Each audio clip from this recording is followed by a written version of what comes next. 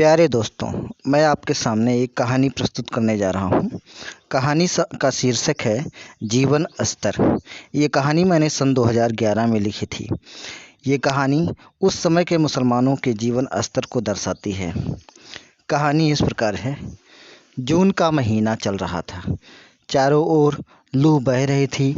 तपन और लू के कारण लोग दरवाज़ा बंद करके अपने अपने घरों में आराम कर रहे थे।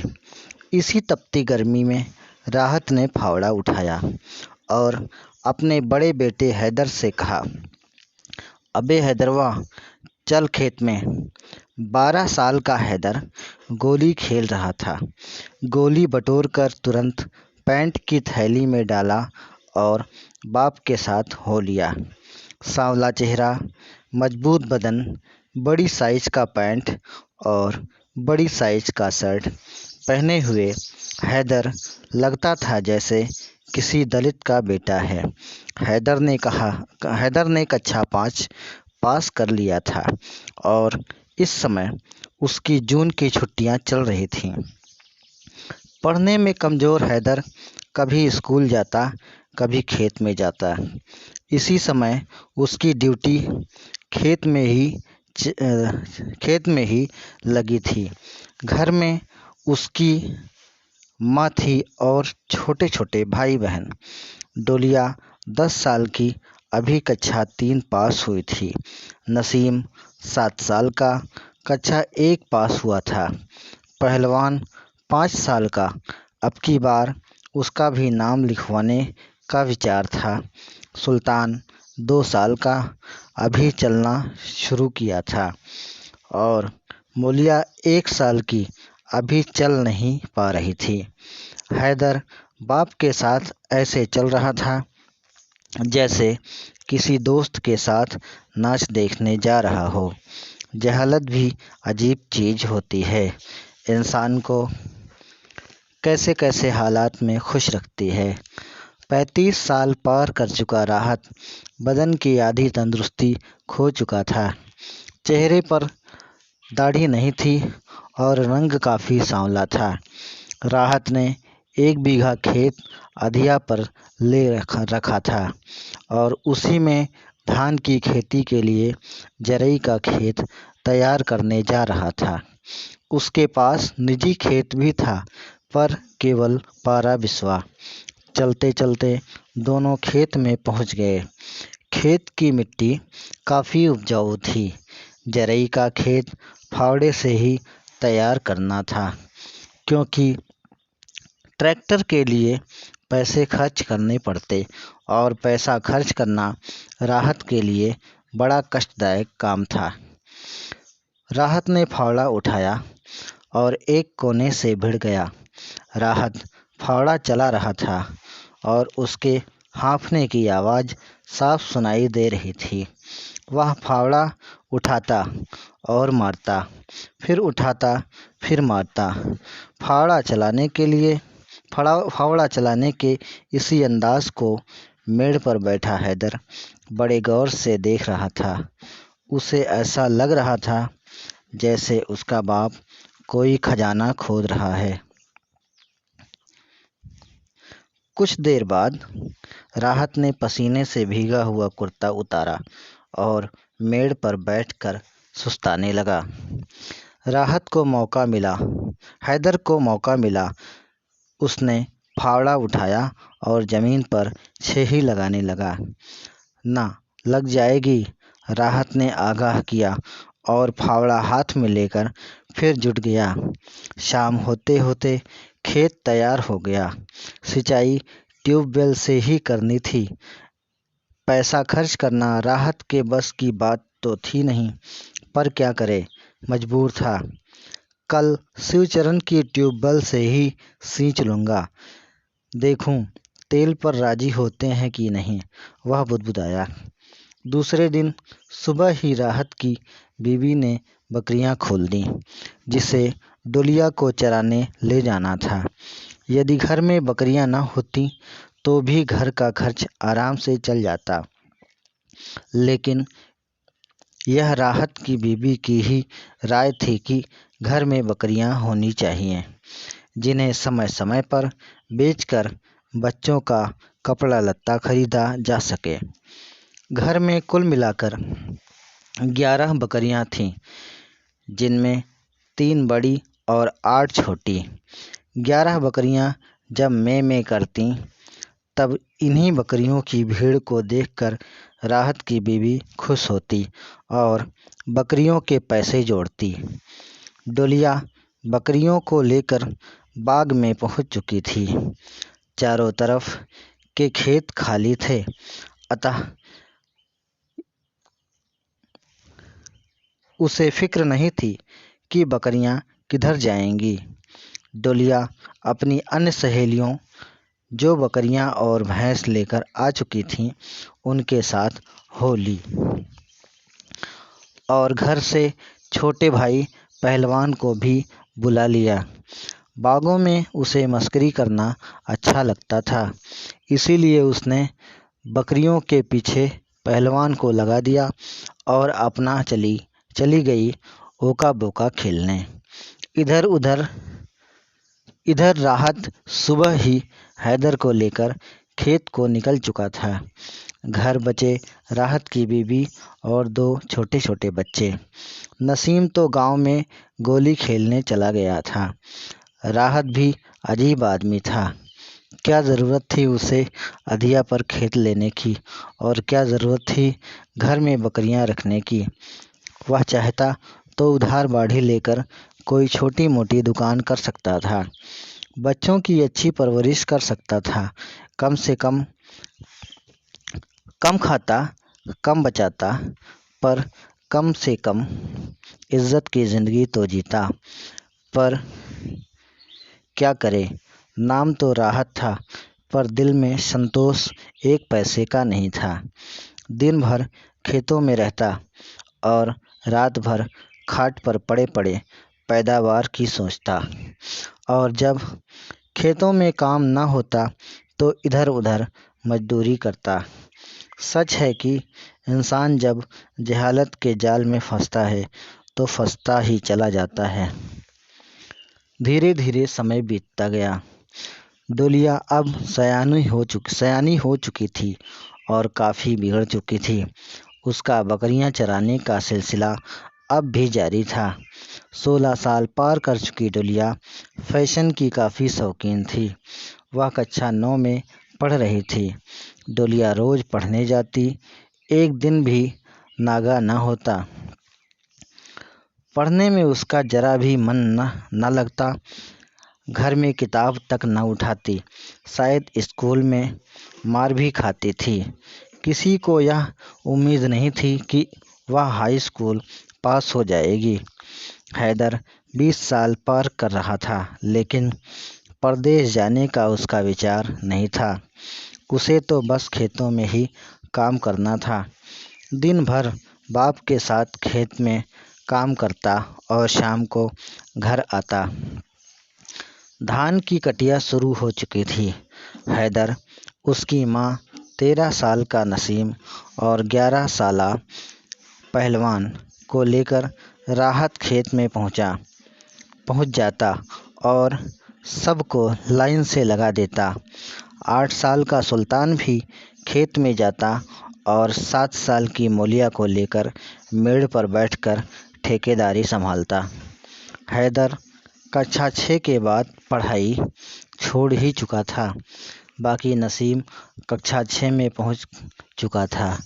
राहत के पास अब 6 बीघा खेत अधिया पर थे।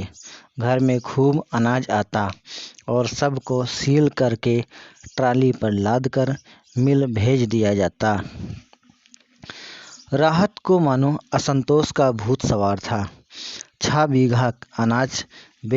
बीघा का अनाज बेचने पर उसे जितना पैसा मिलता, उसका आधा खेत के मालिक को दे देता और बाकी बचा आधा पैसा सबको उठाकर बैंक में जमा कर देता, जैसे किसी से कर्ज लिया हो। आज राहत सभी को लेकर खेत गया था और दिन भर खेत में ही रहा। डोलिया स्कूल गई थी और घर बंद था। शाम को राहत पूरे परिवार के साथ घर पहुंचा और घर बंद देख पुकार लगाया, डोलिया डोलिया। दिन डूबने के बाद का समय था। डोलिया की माँ की धड़कन तेज हो गई। वह पड़ोसियों के घर की तरफ रवाना हुई। शायद वहाँ डोलिया हो तो अच्छी बात है। डोलिया किसी पड़ोसी के यहाँ नहीं थी। माँ निराश घर चली आई। कहाँ गई? राहत ने गुस्से में कहा। गई होगी कहीं पढ़ाई लिखाई की ज़रूरत से। डोलिया की माँ ने बात को छिपाते हुए कहा। इधर हैदर को कुछ शक हुआ तो उसने बाग की तरफ कदम बढ़ाया और डोलिया डोलिया की कड़ी आवाज़ लगाई तो देखा कि डोलिया मेड़ के एक रास्ते से चली आ रही थी। हैदर ने तेज आवाज़ में पूछा, कहाँ गई थी? तो डोलिया चुप रही। हैदर ने उसे मारने के लिए हाथ उठाया तो माँ ने उसे रोककर मामला शांत कराया। रात बीती, सुबह हुई और राहत ने रिश्तेदारी घूमने जाने का विचार व्यक्त किया। राहत की बीवी समझ गई और हैदर से कहा, हैदर तेरे अब्बू रिश्तेदारी जा रहे हैं, खेत देखना। हैदर ने अच्छा कहा और अपना काम करने लगा। आज 10 दिन बाद डोलिया को लड़के वाले देखने आ रहे थे। मौके पर पूरा परिवार खुश था। आज कोई खेत में नहीं गया था। मुलिया लाल लाल पहने थी। सुल्तान और पहलवान भी नया नया पहने थे। पैंट नीचे से बड़ा था और 3 परत मोड़ा गया था। शर्ट भी पैर की गांठ तक लटक रही थी। नसीम साधारण कपड़े पहने हुए था और हैदर बिना शर्ट के नई बंडी पहनकर काम कर रहा था। खाना बन चुका था, बस लड़के वालों के आने का इंतज़ार था। दोपहर होते होते लड़के वाले आ गए। डोलिया की माँ ने दरवाज़ा तुरंत बंद कर दिया। राहत, नसीम और हैदर बाहर थे।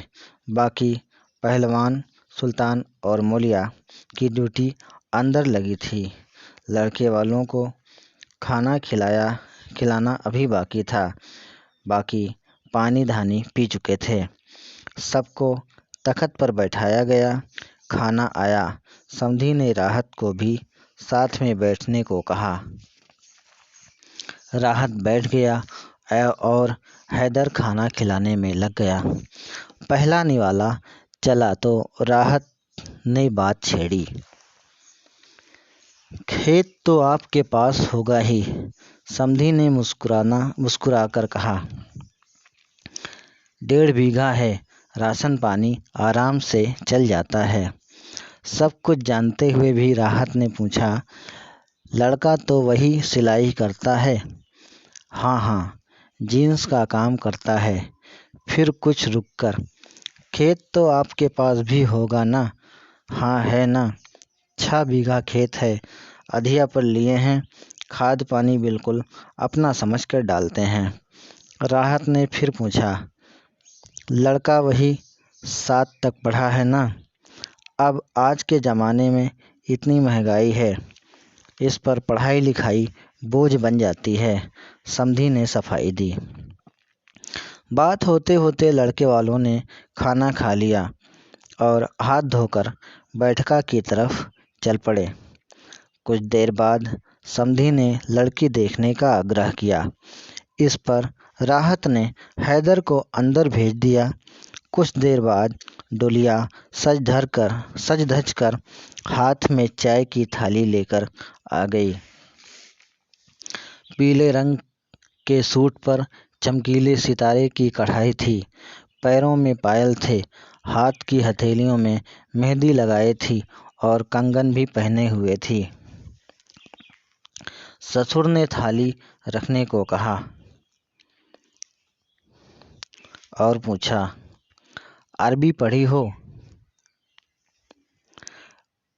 डोलिया की माँ भी आ चुकी थी। उसने झट जवाब दिया, अरबी पढ़ नहीं पाई, कोई पढ़ाने वाला नहीं है ना। 9 में पढ़ रही हो ना? ससुर ने फिर पूछा। डोलिया ने हाँ कहा और सिर झुकाकर मुस्कुराने लगी। ससुर ने 2-4 बातें और पूछी। हर बात के जवाब पर डोलिया सिर झुकाकर हंस दिया करती। कुछ देर बाद ससुर ने 51 रुपये थाली में रखकर थाली डोलिया को पकड़ा दिया और जाने को कहा। डोलिया तुरंत मुस्कुराते हुए भीतर चली गई। ससुर को लड़की पसंद आ चुकी थी। आखिर जिस काठ का बुकला उस काठ लग ही जाता है। देख दिखावा ख़त्म हुआ और राहत सबके साथ बाहर बैठ गया। बातचीत शुरू हुई। लोगों ने चाय पिया और चले गए।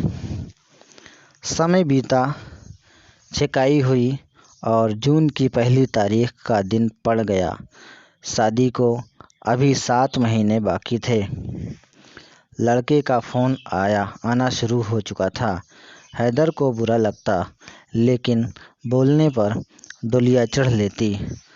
माँ भी डोलिया की तरफदारी करती और कहती, तू भी बतियाना, देख कर जलता क्यों है। हैदर माँ की ऐसी बातें सुनकर चुप हो जाता और 7 महीना बीतने का इंतज़ार करता। समय बीतता चला गया। राहत एक एक काम निपटाने लगा। आज बुकवा लगाने का पहला दिन था। 2 दिन पहले उर्द चावल वाली रस्म पूरी हो चुकी थी। माँ ने मौलिया को आदेश दिया कि वह मोहल्ले में जनेऊआ दे आए। मौलिया अपनी पड़ोस वाली सहेली के साथ मोहल्ले में चली गई। इधर मौलिया की माँ दलान साफ करने लगी। शाम को खाना पकाना के बाद औरतें आईं, जिनमें 1-2 गोल लड़कियां भी थीं। मजमा बटुरा और हाहा हूहू होने लगा। एक ज़ईफ़ औरत को बुरा लगा तो उसने मना किया, रात है, हंसो मत, दूर दूर तक आवाज़ सुनाई देगी।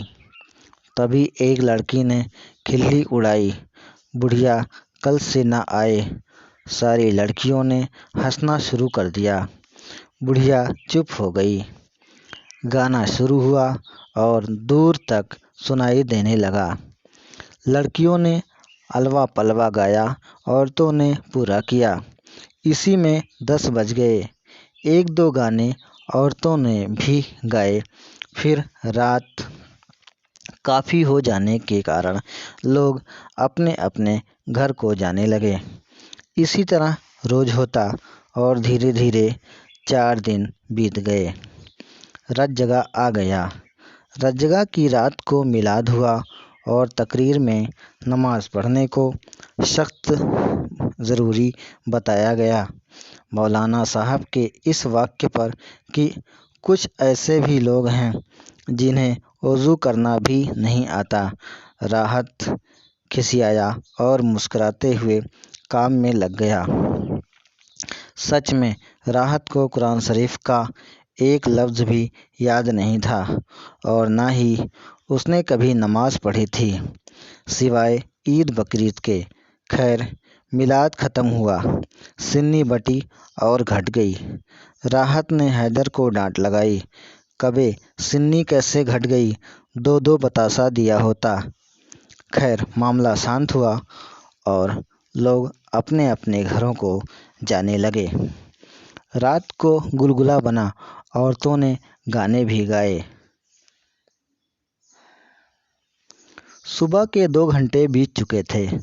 दिन चढ़ आया था, लेकिन बारातियों का इंतज़ाम अभी नहीं हुआ था।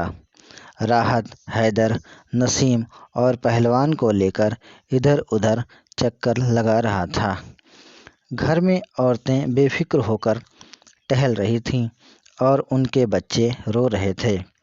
किसी तरह खाना बना, शामियाना लगा, खटिया बिछी और तब तक बारातियों की बस भी आ गई। दूल्हे की कार भी आ गई और पीछे पीछे एक जीप भरकर नाच वाले भी आ गए। बाराती पानी नहीं पी पाए थे कि इधर कड़ियंग कड़ियंग शुरू हो गया। बच्चे नचनिया को छोपे हुए थे। रिश्तेदार पानी पिला रहे थे। भीड़ काफ़ी थी। भीड़ देखकर राहत बौखलाया हुआ अंदर गया और हैदर की माँ से बोला, बाराती ज़्यादा आ गए हैं। तो राहत की बीवी ने बेचिंता बात की, तो क्या पानी पिलाने का काम तो पूरा हुआ, बाकी निकाह के बाद खाना खिलाना है। तो क्या खाना भी घट जाएगा? बीबी ने पूछा। इसीलिए तो परेशान हूँ।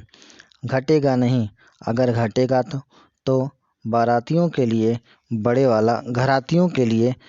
वाला बना है, वही चला देना।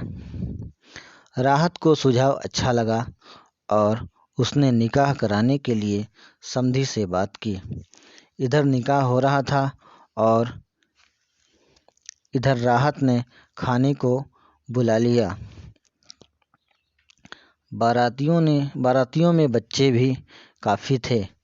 गोश्त तो घटना ही था। राहत ने प्लानिंग के अनुसार बड़े वाला गोश्त चला दिया। सब बारातियों ने खाना खाया और बच्चों ने काफ़ी उधमा सामड़ किया। खाने के बाद बाजा बजने लगा। नचनिया भी खाना खा चुका था, लेकिन अभी तैयार नहीं हुआ था।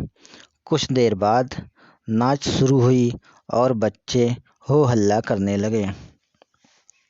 नचनिया ने बाजे की धुन पर जब कूदना शुरू किया तो देखने वालों की भीड़ लग गई। बच्चे एड़ी और सर उठाकर एक बित्ता लंबे होने का प्रयास कर रहे थे, लेकिन नचनिया के सर के अलावा उन्हें और कुछ न दिखाई देता। बच्चे हार ना मानते और किसी तरह अंदर घुसने का दांव खोजते। एक दो बच्चे अंदर घुस भी गए थे, लेकिन बड़ों के आगे उनकी कहाँ चलती। आचर धराई शुरू हुई। औरतें सज धज कर सामान चढ़ाने लगीं। आचर धराई खत्म हुई और बारात विदा होने का समय आ गया। इधर घर में रोहा रोहट शुरू हो गई। डोलिया का रोना कुछ अजीब सा ही था।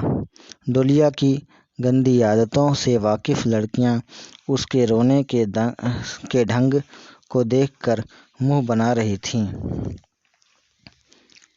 डोलिया की माँ रो रही थी क्योंकि आज उसे अपनी बेटी से छुट्टी मिल रही थी और डोलिया रो रही थी क्योंकि आज से उसकी खुशहाल जिंदगी शुरू हो गई थी। जैसे तैसे बारात विदा हुई। किराए का सामान ठिकाने लगना शुरू हुआ। रिश्तेदार लगभग जा चुके थे। शाम हो चुकी थी। राहत एक खाट पर पड़ा था। हैदर की माँ पास गई और कहा, घर सुनना है ना, कुछ अच्छा नहीं लग रहा है। 40 साल का राहत दिल को और कितना कठोर करता। बीबी का मुंह ताककर मोटी आवाज़ में रोने लगा। बीबी भी अपने आप को रोक ना सकी। आखिर माँ की ममता अब जागी। खटिया पर सिर टिका दिया और डोलिया को याद करके रोने लगी। इधर हैदर भी रो रहा था। आखिर तर उपरिया बहन थी। बच्चों को भी जब बड़ी बहन का ख्याल आया तो माँ के पास जाकर रोने लगे। पूरा परिवार रो रहा था क्योंकि डोलिया घर में नहीं थी। रिश्तेदार चुप कराते, लेकिन माँ बाप जब तक पूरी तरह रो ना लिए चुप ना हुए। कुछ देर बाद बीबी ने आंसू पोंछते हुए कहा, खाना बचा है, खा लीजिए। राहत ने ना में सिर हिलाया और धीरे धीरे फिर रोने लगा। आधे घंटे तक पूरा परिवार वहीं पड़ा रहा। रिश्तेदार भी वहीं थे। लोगों ने समझाया बुझाया तो हैदर की माँ ने खा लिया और भूखे बच्चों को भी खिलाया। राहत ने 2-4 निवाला खाया और बिना बिछाए सो गया। हैदर की माँ बच्चों को लेकर अंदर सोने चली गई और दरवाज़ा अंदर से बंद कर लिया। 7 दिन बाद डोलिया ससुराल से वापस आ गई और अपनी सहेलियों के साथ दिन बिताने लगी। दिन भर इस बाग उस बाग, कभी इस सहेली के साथ कभी उस सहेली के साथ। उसका मुंह चलता रहता और ज़बान पर सास ससुर, जेठ जेठान, देवर देवरान, नंद की बात के अलावा और कुछ न होता। उसे कोई रोकने टोकने वाला नहीं था, पर मोहल्ले की औरतों को बुरा लगता। धीरे धीरे समय बीतता गया। हैदर की भी शादी हुई। घर में नई नई भौजी आई। भौजी ने घर में आते ही अपना जाल बिछाना शुरू कर दिया। हैदर को बीबी की फरमाइश पूरी करने के लिए अब पैसों की ज़रूरत पड़ने लगी थी। जब तक अकेली जान थी तब तक किसी तरह चला। राहत 6 बीघा की कमाई का आधा जमींदार को ही दे देता, आधा पैसा बैंक में ही जमा कर देता। ऐसे में घर का खर्च केवल 12 बिस्वा ज़मीन और मजदूरी से ही चलता, वह भी बड़े किफ़ायत से। लेकिन भौजी ने आकर सारा निज़ाम बदल दिया और हैदर से फरमाइश पर फरमाइश शुरू कर दी। सोच समझकर हैदर ने बाप से कुछ पैसे मांग लिए। एक दिन तो घर में झगड़ा हुआ, पर कुछ सोचकर राहत ने बैंक से पैसे निकालकर हैदर को दे दिया। हैदर उन पैसों से बाजार में सब्जी बेचने का विचार बनाया। बैंक में काफ़ी पैसा था। हैदर चाहता तो कोई बड़ी दुकान कर सकता था, लेकिन छोटे लोगों के दिमाग में बड़ी बात कहाँ से समाती। हैदर ने सब्जी की दुकान कर ली। बिक्री भी काफ़ी होने लगी थी। हैदर दिन में सब्जी खरीदता और शाम को बाजार जाकर बेच आता। कभी इस बाजार कभी उस बाजार। हैदर का दिन अच्छे से बीत रहा था। भौजी दिन भर सजी धजी रहती और जब नंद देवर या सास ससुर विरोध करते तो मुंह भर दे देती। कोई क्या करता, सुनकर चुप हो जाते। बस जिसका पिया चाहे उसका सुहागन नाम। नसीम पहलवान और सुल्तान भी खेतों में काम करने लायक हो गए थे, इसीलिए राहत अब इन तीनों को खेत में खटाने लगा था। घर का खर्च राहत देखता, हैदर अपना और अपनी बीवी का खर्च देखता। उसे अब अपने भाइयों से कोई मतलब ना था। सब्जी के धंधे में हैदर की कमाई अच्छी थी। वह अपनी बीवी के लिए एक खर्चीला पति सिद्ध हो रहा था।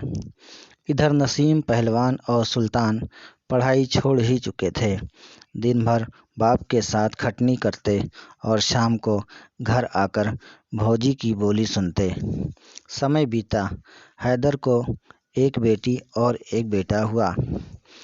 इधर नसीम की भी शादी हुई। औरत के आते ही वह भी अपने असली रंग में आ गया। आखिर में मौलिया ने भी पढ़ाई छोड़ दी और बकरी चराने का जिम्मा अपने सर ले लिया, बिल्कुल डोलिया की तरह। 2-3 साल के भीतर पहलवान की भी शादी हो गई और कुछ साल बाद मौलिया और सुल्तान की शादी एक साथ करके राहत ने छुट्टी ली। कुछ दिन बाद सुल्तान बम्बई चला गया और वहाँ के किसी सेठ के यहाँ रहने लगा। खेत में अब केवल 3 कामगार बचे थे। नसीम और पहलवान भी बाल बच्चे वाले हो गए थे, तो खेत में काम काफ़ी कम होने लगा।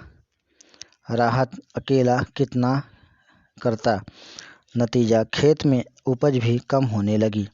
इधर चारों देवरान जेठान का समय आपस में लड़ने में ही बीतने लगा। घर में काम धाम एक ना होता। सास भी कम चालाक नहीं थी। जब देखती कि मामला थमने वाला नहीं है तो किनारा ले लेती। इधर घर में लड़ाई झगड़े होते और उधर खेत में बाप बेटों का मन नहीं लगता। कहते हैं जिस घर में झगड़े अधिक होते हैं उस घर की तरक्की रुक जाती है। एक दिन जमींदार ने राहत को बुलवाया और खेत छोड़ देने का आदेश दिया। खेत के छोड़ने की बात सुनकर राहत के माथे पर पसीना आ गया।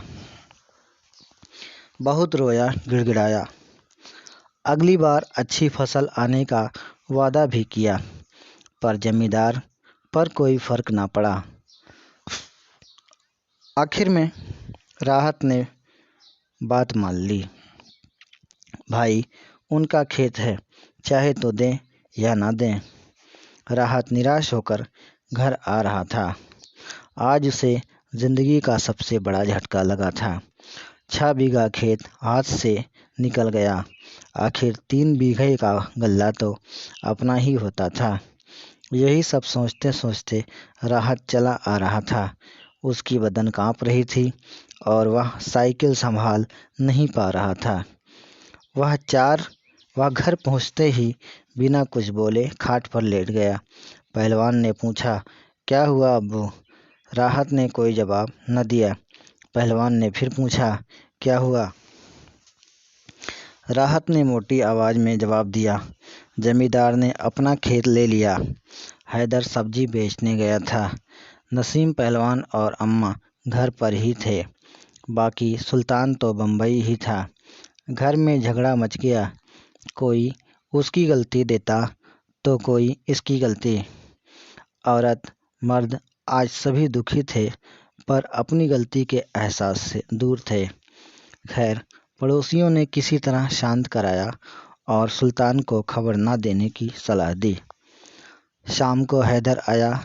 उसने बात सुनी तो उसे भी थोड़ा दुख हुआ। रात में बीबी ने उससे बहस की, तुम्हारे दोनों भाई तो नालायक हैं, किसी को कोई हुनर तो है नहीं, बाद में तुम्हारे सर ही चुरेंगे। हैदर ने बीबी का मुंह ताका तो बीबी ने फिर मुंह बनाया, सोच समझकर चूल्ही अलग कर लो वरना बाद में पछताओगे।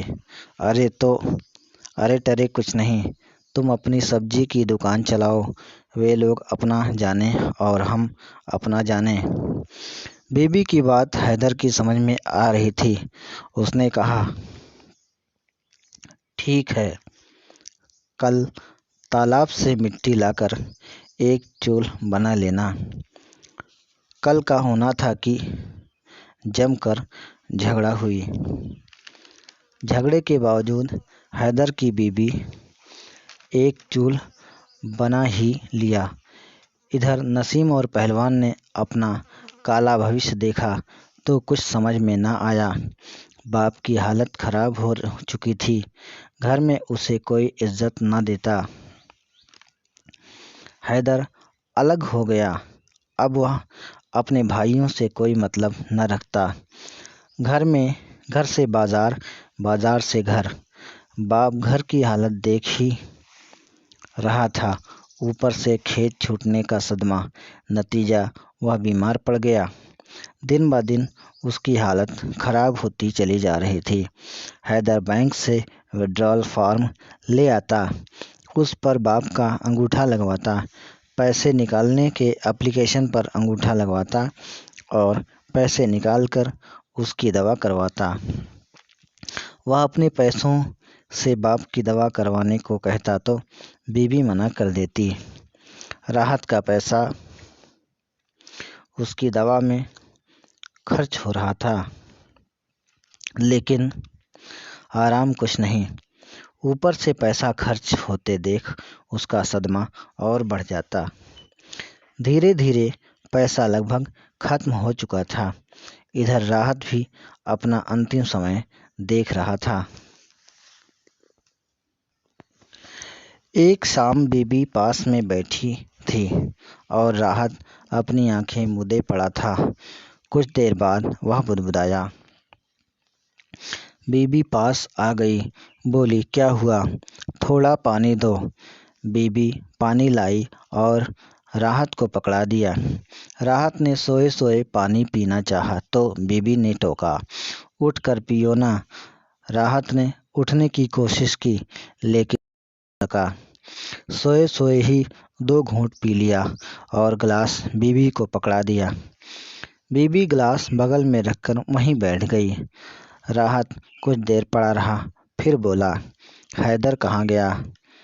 बाजार गया है। खेत नहीं जाएगा? बीबी ने ताक कर कहा, खेत तो छूट गया। फिर क्यों खेत खेत चिल्लाते हो? राहत चुप हो गया। कुछ देर बाद फिर बोला, हैदर की अम्मा, देख डोलिया कहाँ है? उसकी शादी भी अब जरूरी है। आपको क्या हो गया है? डोलिया तो अपनी ससुराल में है। अच्छा अच्छा। राहत ने गहरी सांस ली। सीने में दर्द हो रहा है, थोड़ा पानी पिला दो। कितना पानी पियोगे? बीबी ने पानी पकड़ा दिया। राहत फिर उसी तरह 2 घूंट पीकर गिलास बीबी को पकड़ा दिया। कुछ देर बाद राहत ने आंखें मूंद ली और आराम करने की चेष्टा करने लगा, लेकिन आराम कहाँ था। वही खेत, वही छोटे छोटे बच्चे, वही बिगड़ी हुई डोलिया और ये तमाम बातें उसके दिमाग में नाच रही थी। कुछ देर बाद राहत ने पुकारा, सिरातुन सिरातुन। राहत की मरी हुई बहन का नाम था यह। बीबी राहत की हालत समझ गई। उसने रोते हुए कहा, सिरातुन तो मर चुकी है। रोने की आवाज़ सुनकर सुल्तान की बीबी बाहर से दौड़ते हुए आई और पास बैठकर पूछा, क्या हुआ? देख तेरे अब्बू को क्या हो गया है। मरे हुए आदमियों का नाम ले रहे हैं। इस पर छोटी बहू भी अब्बू से हालचाल पूछने लगी। क्या हुआ अब्बू? कुछ नहीं, सीने में दर्द हो रहा है। राहत कुछ देर तक चुप रहा। मैं कुछ बना ना सका। बहू ने कहा, ऐसे ना कहो, सब कुछ तो आपका ही किया धरा है। अन्य तीनों बहुएं भी आ चुकी थीं और बच्चों ने भी राहत को घेर लिया था। फ़ोन करके तीनों भाइयों को बुला लिया गया। सुल्तान को बम्बई से बुलाने में थोड़ा संकोच महसूस हुआ, पर सोच समझकर उसे भी बुला लिया गया। शाम तक तीनों भाई हाजिर हो गए। हैदर के आदेश पर रिश्तेदारों को भी फ़ोन किया जाने लगा कि वो आकर देख जाएं। पता नहीं कब सांस रुक जाए। रिश्तेदार आने लगे। डोलिया और मुलिया भी अपनी ससुराल से आ गईं। राहत को की हालत बिगड़े आज तीसरा दिन था। सुल्तान अभी घर नहीं पहुंचा था, शायद दोपहर तक आ जाए। घर वाले राहत को छुपे हुए थे। दोपहर से पहले ही सुल्तान आ गया। बाप से न मिलकर पहले बैग अंदर रखने चला गया। कुछ देर बाद अंदर से लौटा तो राहत से बोला, अब्बू। अब्बू ने बोलने का प्रयास किया लेकिन बोल ना सके। हैदर की माँ रो रही थी। चारों बहुएं भी आंख में आंसू लिए बैठी थीं। राहत ने एक बार फिर आंख खोली। चारों बेटे उसके पास खड़े थे और डोलिया और मुलिया पैताने बैठी रो रही थीं। राहत ने अपने 6 बच्चों को एक साथ देखा तो उसकी आंखों में आंसू भर आए। बाप को मरण सेज पर रोते देख बच्चे अपने आप को रोक ना सके और अब्बू अब्बू कहकर रोने लगे। हैदर को भी बाप के साथ बिताए गए बचपन के वो दिन याद आने लगे। वह भी भुखार छोड़कर रोने लगा। धीरे धीरे रोना धोना बंद हुआ। चारों बहुओं ने अपने अपने आंसू पोंछे और अंदर बाहर होने लगीं। चारों भाई भी बाहर चले गए। खाट पर केवल डोलिया, मोलिया, अम्मा और कुछ रिश्तेदार रह गए थे। शाम को खाना बना। पूरे परिवार ने मिलकर खाना खाया। बड़ी बहू ने दाल में रोटी सानकर छोटे छोटे निवाले करके 2-3 निवाला राहत को खिला दिया। राहत ने हाथ के इशारे से पानी मांगा और पानी पीकर आंखें मूंद ली। रात देर तक बतकही हुई और आधी रात के बाद लोग यहाँ वहाँ सो गए। सुबह होने को थी, तभी डोलिया की बच्ची रोने लगी। उसने बच्ची को पैखाना कराया और हाथ धोकर सोचा अब्बू को देख लें। डोलिया अब्बू के पास जाकर बोली, अब्बू अब्बू, लेकिन राहत ने कोई जवाब न दिया। डोलिया ने बच्ची को गोद से उतार दिया और राहत के मुंह से ओढ़ना हटाकर बुलाया, अब्बू अब्बू।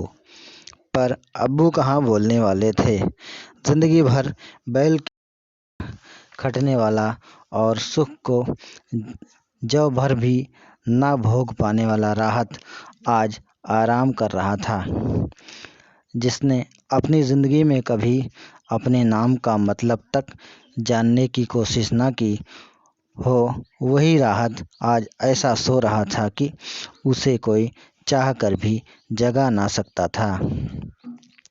आज उसके नाम का अर्थ पूरा हो गया। अब्बू को मरा देख डोलिया चिल्ला पड़ी। घर वाले भाग कर आए और रोना धोना मच गया। चारों भाइयों ने होश से काम लिया। फ़ोन से रिश्तेदारों को मिट्टी की खबर दी गई और दोपहर तक सभी रिश्तेदार आ गए। नहान हुआ और चारों भाइयों ने जनाजा कंधे पर उठा लिया। औरतों में काफ़ी रोहा रोहट मच गई, लेकिन लोगों के इशारे पर जनाजा कब्रिस्तान को चल दिया। राहत को दफन का था। मिट्टी जमींदारों ने भी दी और यह भी कहा कि बड़ा मेहनती आदमी था। दूसरे रोज़ फूल फातिया हुआ और तीसरे रोज़ तक सभी रिश्तेदार चले गए। केवल डोलिया, मोलिया और दोनों दामाद रह गए थे। 4-5 दिन बाद वो भी अपनी अपनी बीवियों को लेकर चले गए। राहत को मरे हुए 1 महीना बीत चुका था। चारों भाई ने पैसा मिलाकर चालीसा भी करा दिया। घर में झगड़े शुरू हो चुके थे और बात बात पर अलग होने वाली बात आ जाती। पहलवान कहता, अलग तो हम पहले से ही हैं। घर में 2 चूल्ही है, 4 हो जाएगी। बस पहले घर तो बांट दो। हैदर ने 10 आदमी बुलाकर घर भी बंटवा दिया।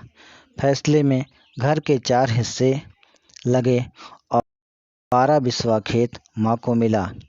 यह शर्त भी रखी गई कि जो माँ को खिलाएगा वही खेत जोतेगा और माँ के मरने के बाद खेत का 1/4 हो जाएगा। चारों भाई राज़ी हो गए। बीबी के कहने पर हैदर ने माँ को रख लिया और खेत पर अब उसका अधिकार था। हैदर दिन भर सब्जी बेचता और मौका मिलने पर खेत देखता। बाकी बचे नसीम और पहलवान। इनमें से किसी को भी हुनर नहीं मालूम था। नसीम ने सोच समझकर एक पुराना रिक्शा खरीद लिया। वह दिन भर सड़कों पर रिक्शा चलाता और शाम को कुछ सामान खरीदकर घर चला आता। पहलवान को अपनी मजबूत देह पर घमंड था। उसे मजदूरी के अलावा और कुछ ना सूझा। बाकी सुल्तान फिर से बम्बई चला गया। हैदर की माँ कभी हैदर के साथ रहती तो कभी नसीम के साथ। सारी बहुओं का रवैया एक जैसा था, इसलिए उसका कहीं ठिकाना न लगता। फिर भी वह अपने 12 बिस्वा खेत पर घमंड करती और लालच देकर किसी न किसी बेटे के साथ रहने लगती। हैदर की सब्जी की दुकान अभी वैसे ही चल रही थी। पैसे ज़्यादा आते, लेकिन सारा पैसा बीबी के हाथ में जाता और शौक व श्रृंगार में सब खत्म हो जाता। नसीम रिक्शा चलाता, जमींदारों की हरवाही भी करता। कम खर्च के कारण वह इतने में ही सुखी था। पहलवान दिन भर पहलवानी दिखाता, किसी दिन 100 रुपये, किसी दिन 40 रुपये, किसी दिन वह भी नहीं। बाकी सुल्तान बम्बई ही रहता। 6 महीने में जब 15,000 एक साथ भेजता तो उसकी बीबी बहुत खुश होती। उस दिन किसी से ना बोलती, पड़ोसी जान जाते कि आज सुल्तान ने पैसा भेजा है। एक घर से 4 घर हुए ये लोग अभी भी वही ज़िंदगी जी रहे थे। ये अपने आगे किसी को ना जोड़ते और पढ़े लिखे लोगों को मूर्ख समझते। हैदर की माँ अब बूढ़ी हो चली थी और अभी भी 12 बिस्वा खेत छिकाए बैठी थी। धन्यवाद। अन्य तीनों बहुएं